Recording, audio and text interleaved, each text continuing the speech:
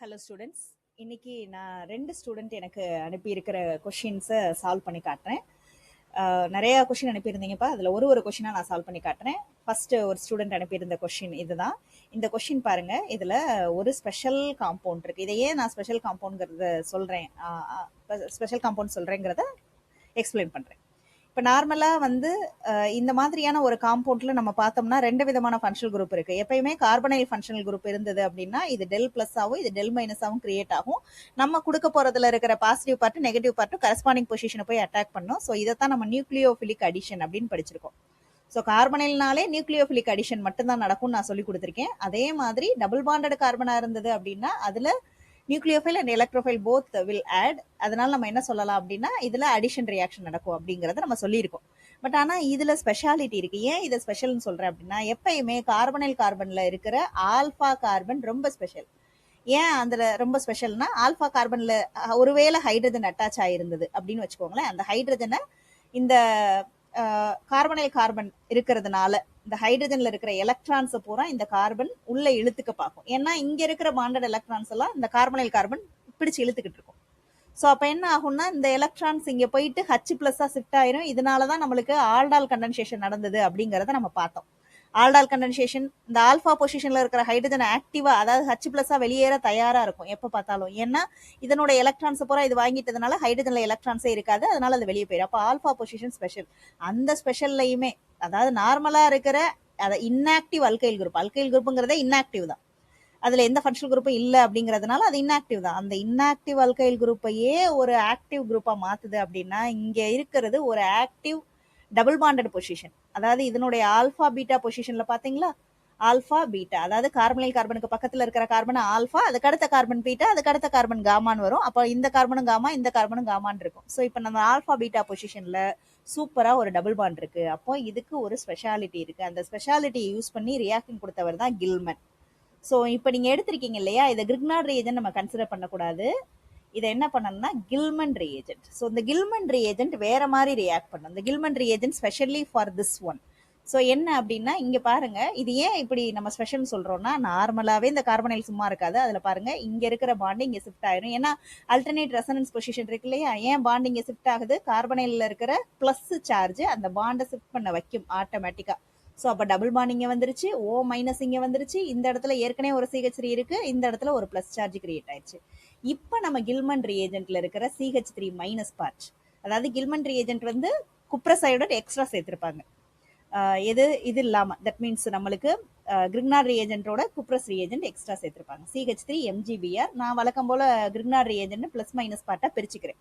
So இது MgBr metallic position plus பொசிஷன்ல இருக்கும், அதை மெட்டல் பிளஸ் சார்ஜில் இருக்கும், CH3 மைனஸ் சார்ஜில் இருக்கும். ஸோ இப்போ நீங்கள் கரெக்டாக ஆட் பண்ணீங்கன்னா உங்களுக்கு கரெக்டாக இருக்கும். இப்போ பாருங்களேன், டபுள் பாண்ட் இந்த இடத்துல ஓ மைனஸில் போய் நம்ம MgBr கோர்த்து விட்டுறேன். அதே மாதிரி இந்த இடத்துல ஏற்கனவே ஒரு CH3 இருக்கு, இப்போ இன்னொரு CH3 சேர்த்து வச்சாச்சு. இப்போ அடுத்ததா என்ன பண்றாங்க பாருங்க, N ப்ரொபைல் அயோடைடு சேர்க்கிறாங்க.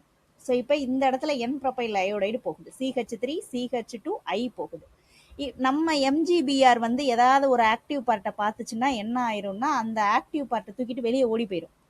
ஸோ அப்போ நம்ம இதை நான் சொல்லி கொடுத்துருக்கேன் கிளாஸ்ல. அதாவது நம்மளுக்கு MgBr வந்து ஓல ஜாயிண்ட் ஆயிருந்ததுன்னா அதனுடைய இந்த கார்பன் இருக்கு இல்லையா, அந்த கார்பன்ல ஏதாவது ஆக்டிவ் குரூப் இருந்ததுன்னா அதை தூக்கிட்டு ஓடி போயிடும். இப்போ நான் ஆக்டிவ் குரூப் வெளியே இருந்து கொடுக்குறேன். ஸோ வழக்கம் போல என்ன செய்யும் அப்படின்னா ஆக்டிவ் குரூப் இந்த MgBr ஐயா வெளியே ஓடி போயிடும். ஸோ இப்போ என்ன ஆயிரும், ஆக்டிவ் குரூப்பை தூக்கிட்டு வெளியே ஓடி போயிடுச்சுன்னா ஆட்டோமேட்டிக்காக இந்த பாண்டு இங்கே ஷிஃப்ட் ஆயிரும். அப்போ இங்கே டபுள் பாண்ட் ஓவா மாறிட போகுது. அப்போ இங்கே மைனஸ் சார்ஜ் வரப்போகுது. அப்போ இந்த இடத்துல மைனஸ் சார்ஜ் வந்துருச்சுன்னா வெளியே ஓடி போனது போக, அதாவது MgBr பிளஸ் பார்ட்டா வெளியே வரப்போகுது, I மைனஸா போய் இங்கே சேரப்போகுது. அப்போ இந்த இடத்துல பிளஸ் சார்ஜ் இருக்கும்.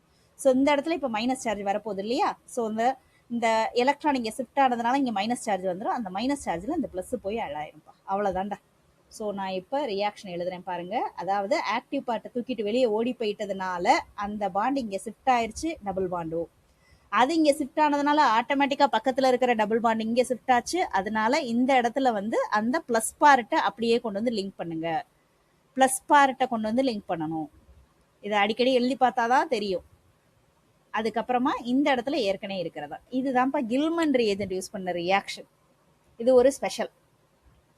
நான் கொடுத்துருக்கிற ஆன்சர், ஏன்னா எனக்கு நீங்கள் வந்து 2 சாய்ஸ் அனுப்பியிருந்தீங்க, அதில் எனக்கு சரியாக தெரியல. நான் கொடுத்துருக்கிற ஆன்சர் கரெக்டாங்கிறத பார்த்துட்டு எனக்கு வாட்ஸ்அப்பில் மெசேஜ் பண்ணிடுங்க, சரியா?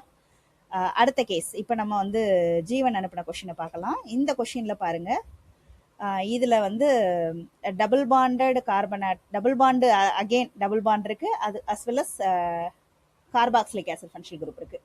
நம்மளுக்கு பிஆர்2 ரியாக்ட் பண்ணுன்னா வழக்கம் போல் நம்மளுக்கு தெரிஞ்ச ஒரே ரியாக்ஷன் தான். என்னது, பிஆர்2 வந்துச்சுன்னா அடிஷன் ரியாக்ஷன் தான் கொடுக்க முடியும். சிஓஹெச் கூட அது ரியாக்ட் பண்ணாது. இங்கே தான் அது ரியாக்ஷன் கொடுக்க முடியும். ஸோ அப்போது ரியாக்ஷன் எப்படி இருக்க போகுதுங்கிறத பார்க்கலாம். அந்த இடத்துல டபுள் பாண்டட் பொசிஷனை அப்படியே ரிலீவ் பண்ணிவிட்டு ஒரு இடத்துல பிஆர் ஆட் பண்ண போகிறீங்க, இன்னொரு இடத்துல பிஆர் இங்கே வரப்போகுது. ஸோ ஃபர்தர் மோர் வெயிட், இது டிரான்ஸ் அடிஷன்ங்கிறதுனால நான் இப்படி காமிச்சேன். ரைட், இப்படி எடுத்துக்கலாம். ஸோ இப்போ டபுள் பாண்டட் பொசிஷனில் ஆட் பண்ணிட்டேன். டபுள் பாண்டட் பொசிஷனில் ஆட் பண்ணதுக்கப்புறம் சி டபுள் பாண்ட் ஓஹெச் தான் இருக்குது.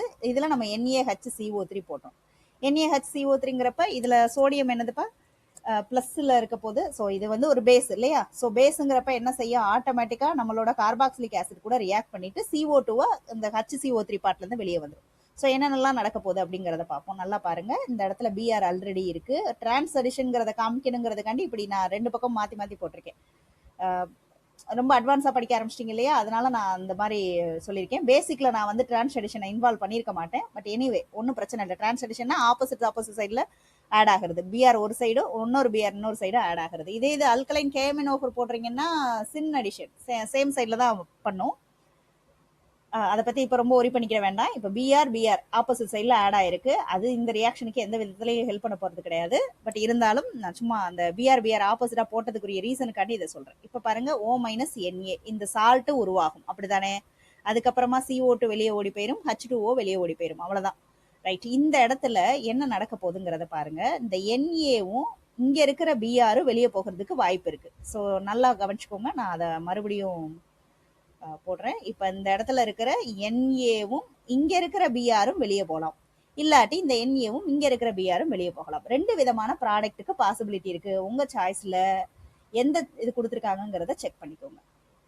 ஸோ இப்போ நான் ஃபஸ்ட்டு இந்த பிஆரை வெளியே அனுப்புகிறேன். அதாவது Na ப்ளஸ் ஆக்டிவ் பார்ட்டாக இருக்குது, இங்கே இருக்கிற பிஆர் வெளியே போயிடுச்சு. ஏன்னா இந்த ஆக்டிவ் பார்ட் எப்பயுமே சோடியம் புரோமைடுங்கிறது இன்ஆர்கானிக் பார்ட்டு ரொம்ப ஆக்டிவாக இருக்கும்.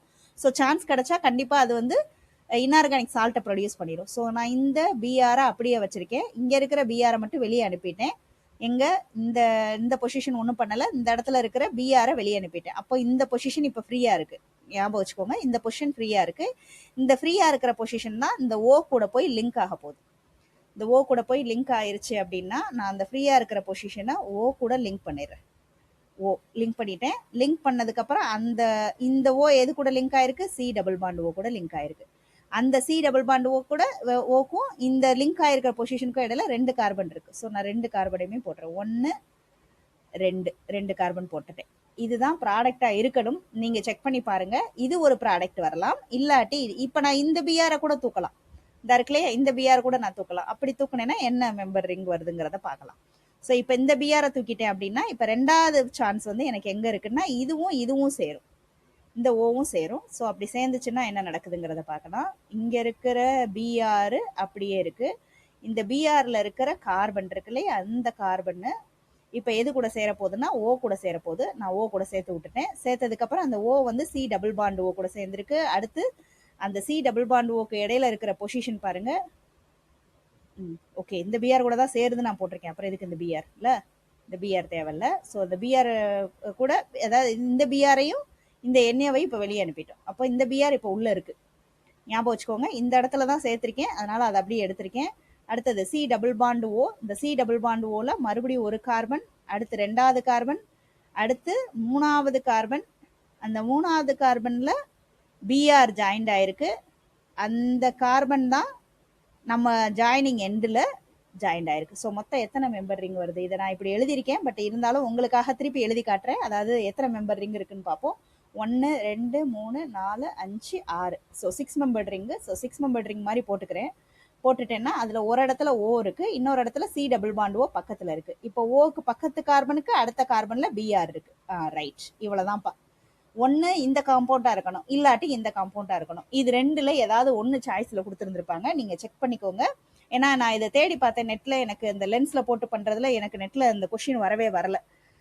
ஸோ அதனால ஒருவேளை இது ரெண்டுலுமே ஆன்சர் இல்லை அப்படின்னா என்ன ஆன்சர் உங்களுக்கு வந்துச்சுங்கிறத பாருங்க. இதை பார்க்குற மற்ற பீப்புளும், நீட்டுக்கு ட்ரை பண்றவங்க, ஜேஇக்கு ட்ரை பண்றவங்க, இல்லை போர்டு எக்ஸாமுக்கு நல்லா ட்ரை பண்ணணும்னு நினைக்கிறவங்க, ஜேஇ அட்வான்ஸ்க்கு ட்ரை பண்றவங்க, வேற யாராவது இந்த கொஸ்டினை பத்தி தெரிஞ்சிருந்தது, நான் தப்பா ஆன்சர் கொடுத்துருந்தேன்னா எனக்கு கண்டிப்பா சொல்லுங்க. நான் அதை வந்து எந்த இடத்துல தப்பு நடந்திருக்கு அப்படிங்கறத சொல்றேன். மேபி இருக்க முடியாது. ஒண்ணு இந்த சாய்ஸ் இருக்கலாம், இல்ல இது இருக்கலாம், இல்ல இதுவா இருக்கலாம். ரெண்டுல ஏதாவது ஒண்ணு உங்க சாய்ஸ்ல இருக்கலாம். ஸோ எது இருக்கு அப்படிங்கிறத நீங்க எனக்கு வாட்ஸ்அப்ல மெசேஜ் பண்ணலாம் தாராளமா. நான் ஃபர்தர் கொஸ்டின்ஸ் ஸ்டூடெண்ட்ஸ் நீங்க அனுப்பி இருக்கிற டவுட்ஸுக்கெல்லாம் மீரா அனுப்பியிருந்த இதுக்கும் என்னால பண்ண முடியலடா. நான் கண்டிப்பா உங்க எல்லாரோட கொஸ்டின்ஸ்க்கும் வரிசையா ஒன்று ஒன்றா சால்வ் பண்ணி அனுப்புறேன். கொஞ்சம் டைம் கொடுங்க. தேங்க்யூ.